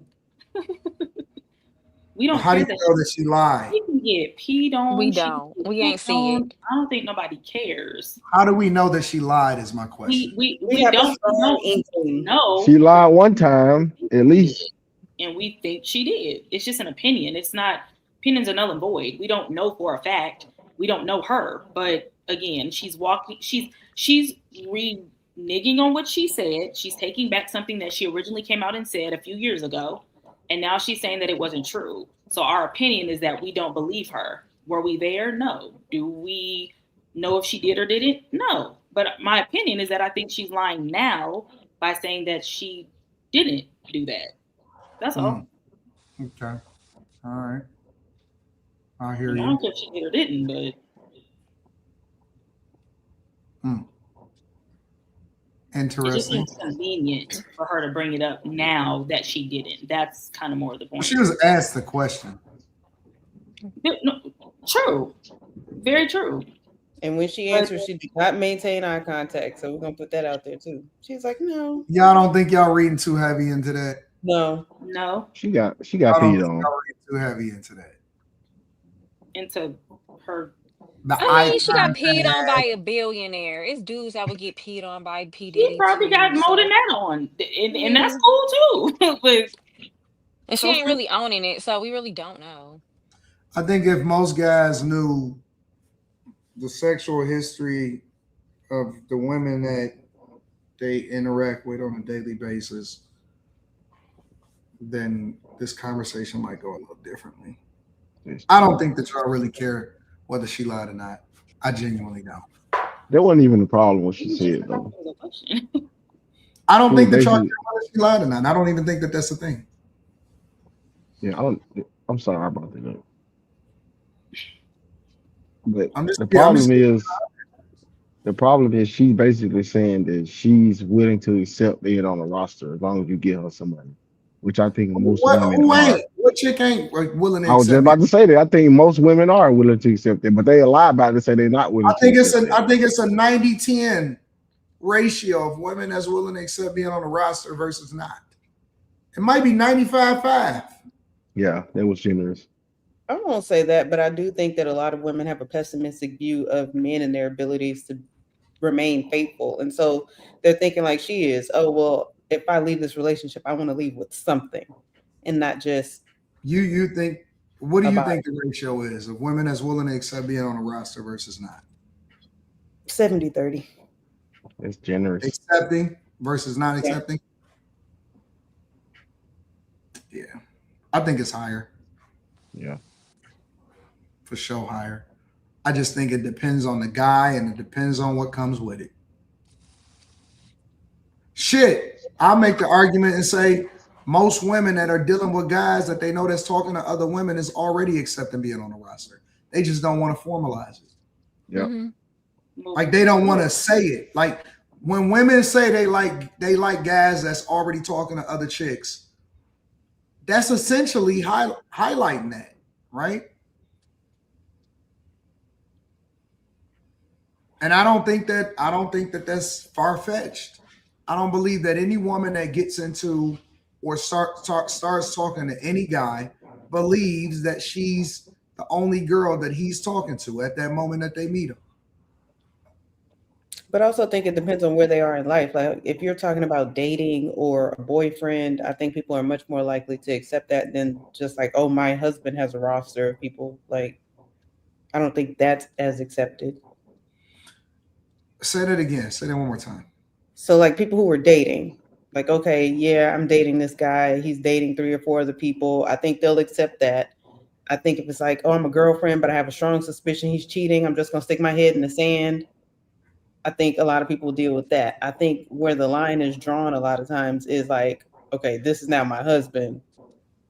I'm not trying to accept that no matter how. I think that it's 2 different types of women that get married, right?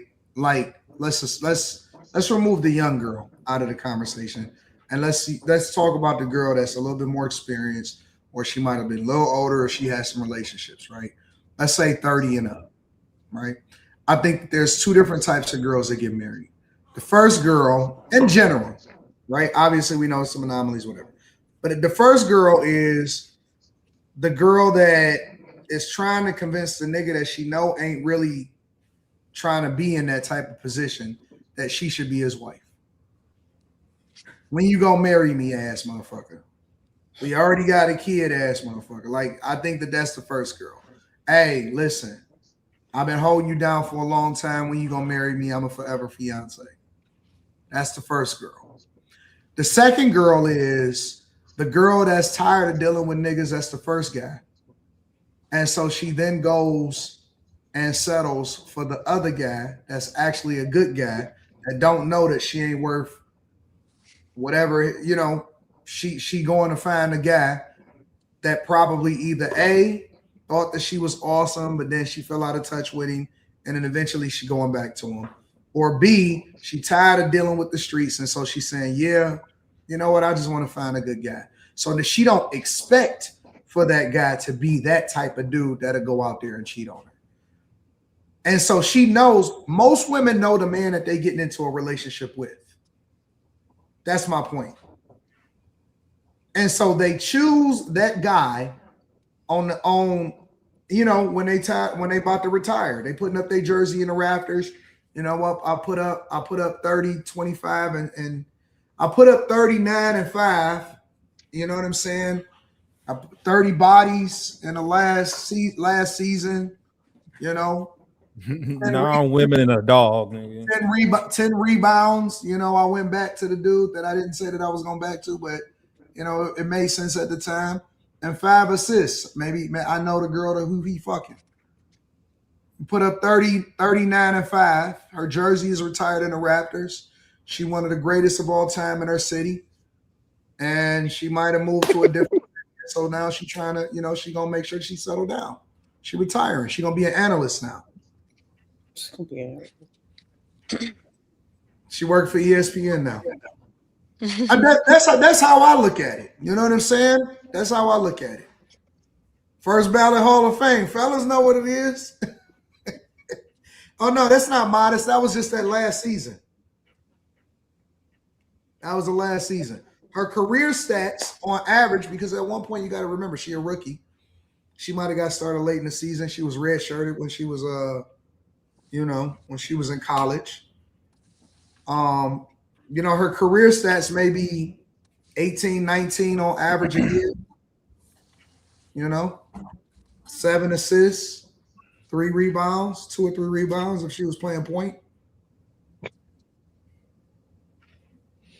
So I kind of look at it from that lens. And so she retired her jersey. And so she looking to the other girl's still trying to stay in the league though. You know, she trying to get the guy, she started trying to get the coaching and all of that shit. She trying to get the game to recognize her and to get him in that bottom. But it's not the same. You can't change the game. The game is the way that it's been before you got here.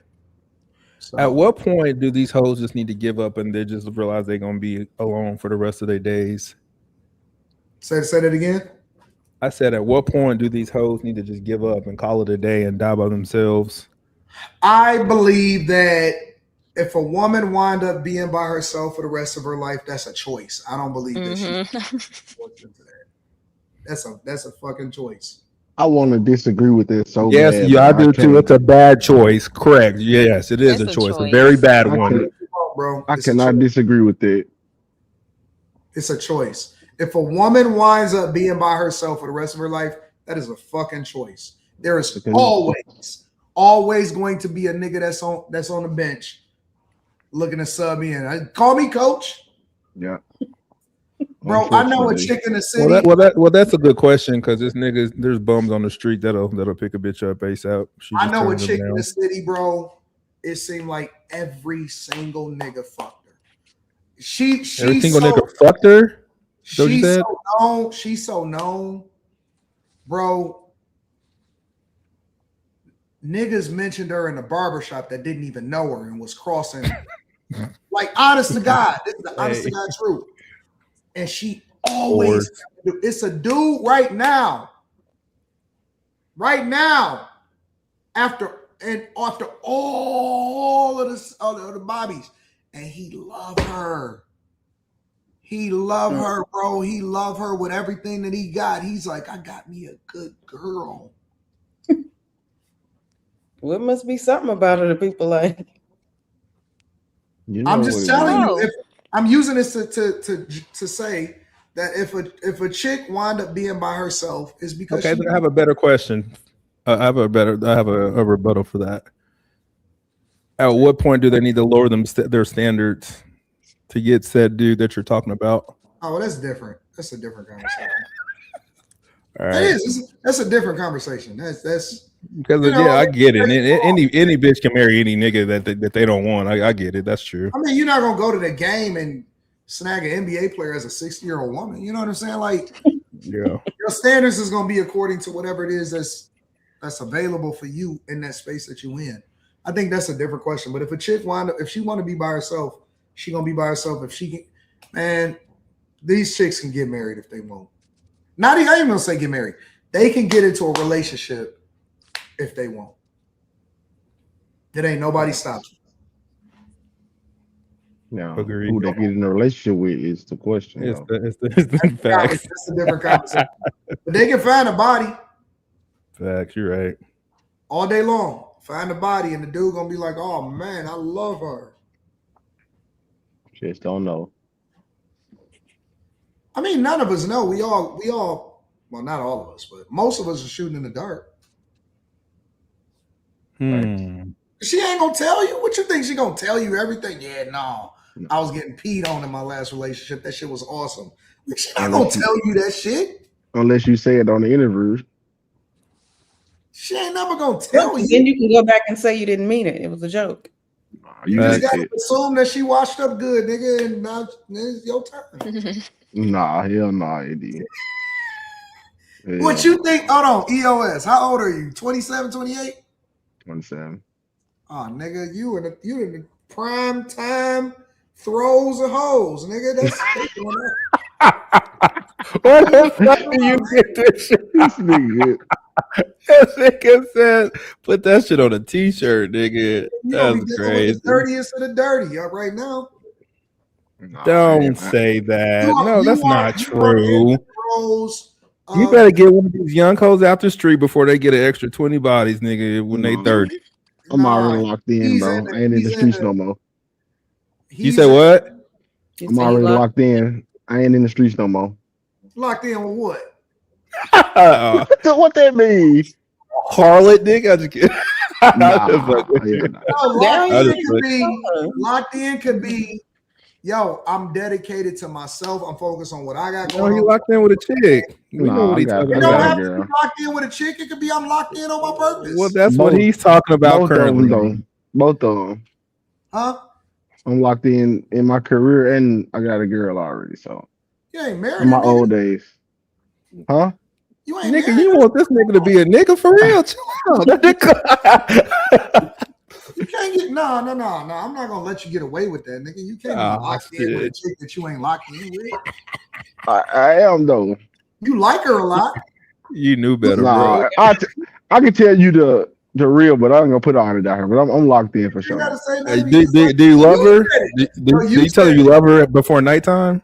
You said it. Trust me, bro, I'm locked in. It's been a long time. I'm locked in.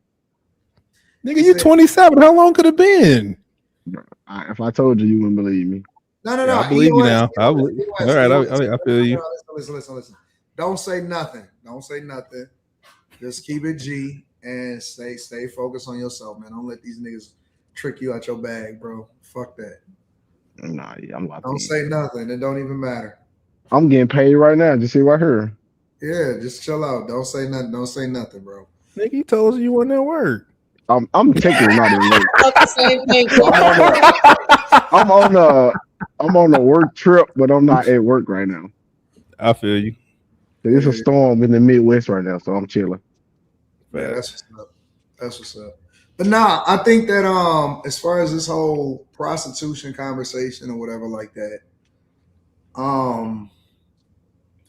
I don't know how we apply the word and when we don't apply the word. Because if we say that most things are transactional, how do we say that it's not or it is? You know what I'm saying? I think it's behavior. How? Explain it. Young Miami. No, explain He how. wants. All right. Let me flip it for you. All right. I know most niggas in the chat always talking about, man, I'd rather just pay her and keep her moving. I'll pay her to leave and all of this other shit. Yeah. So how is niggas appalled, but at the same time, that's your line. Huh? That's your line. You don't pay her, you pay her to leave, nigga. That's your line, nigga. It's a line. I'm a chat veteran. They do be saying that in the chat. Yeah, they say it in the chat. 100%. What I'm saying is, how do y'all differentiate between you participating in prostitution or you a John? Fucking right? John. versus you're just with a woman and you know, this is just my lifestyle. I think it's whichever situation gives them the control. So if they feel like they can pay somebody to leave or pay somebody to shut up, they're in control. If they feel like a woman still paying for it though, taking advantage of him and being paid like Young Miami was talking about, then it's like, oh, she's taking advantage of me, and now I'm no longer in control. So y'all Slimmy said